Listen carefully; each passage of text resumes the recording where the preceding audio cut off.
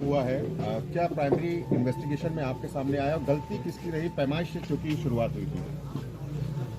अभी हमने परिवार वालों के साथ में वार्ता की है। ये बहुत ही दुखद आपराधिक घटना है जिसमें जो अपराधी है वो हिस्ट्री सीटर है और उसने अपने ही परिवार के लोगों की यहाँ पर हत्या की है और उसका इन्वेस्टिगेशन अभी स्टार्ट किया गया है। जो प्रश्न आ रहा था कि इसमें इन लोगों के बीच में क्या विवाद है, इसके संबंध में हमने अभी परिवार से पूरी बात की है। उनका कहना ये है कि ज़मीन संबंधी ये दोनों सगे भाई हैं। इनके लल्लन के भाई हैं सलीम, जिनकी बेटी को लल्लन और उसके बेटे ने गोली मारी है। ये दोनों सगे भाई हैं और इनका आपस में कोई ज़मीन का विवाद नहीं है, ऐसा इनका कहना है। लेकिन एक संयुक्त खाता था जिस पर कि बंटवारे का मुकदमा हुआ था और बंटवारे का वाद निर्णीत हुआ था 2013 में। उसके बाद उसकी निगरानी 2018 में की गई थी, जो कि अभी कमिश्नरी में उसकी अपील चल रही है। इसी बीच में अभी जनवरी में एक पक्ष ने, इसमें बहुत सारे पक्षकार थे, 7-8 पक्षकार थे, उसमें एक पक्षकार ने उस आदेश के एग्जीक्यूशन के लिए आवेदन किया था एसडीएम के समक्ष और एसडीएम ने तहसीलदार को, तहसीलदार ने कानूनगो को निर्देशित किया।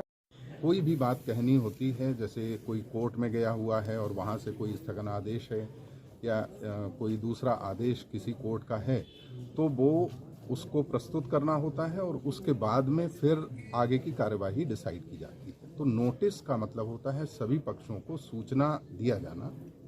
वो सूचना दी गई थी और उसके तहत आज की तिथि नियत की गई थी। तो ऐसा संज्ञान में आया है कि आज वो एक्टिविटी होने से पहले ये लेखपाल को पता चला कि उस पर कोई स्थगन का आदेश है, तो आज ये पैमाइश नहीं की जा सकती है और उसने पक्षकारों को इन्फॉर्म किया। इनके द्वारा भी ये बताया गया कि लेखपाल ने मना कर दिया कि आज पैमाइश नहीं हो सकती है।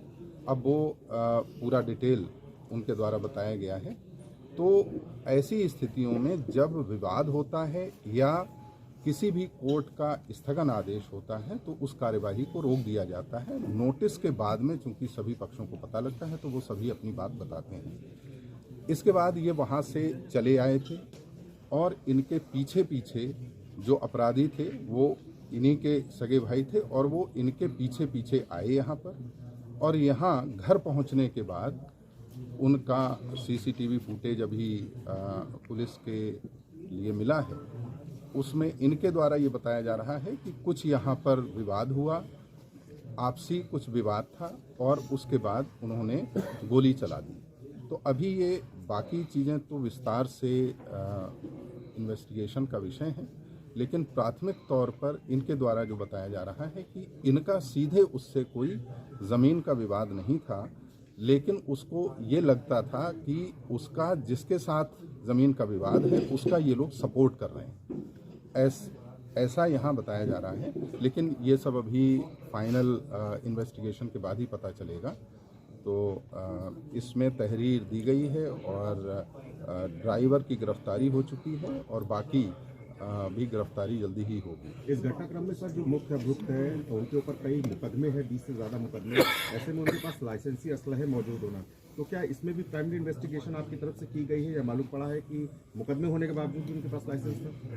नहीं, अभी इसके बारे में पूरी सूचना इकट्ठी की जा रही है और वो भी इमीडिएटली एक्शन लिया जाएगा उस पर। सर 2009 में सर जो उनका लाइसेंस बना है उससे पहले इनको रजिस्ट्री शीटर और तमाम जो मुकदमे इनके ऊपर दर्ज थे, उसके बाद किस तरीके से लाइसेंस बनाया गया, कहाँ कमी? अभी ये पूरा इन्वेस्टिगेशन किया है।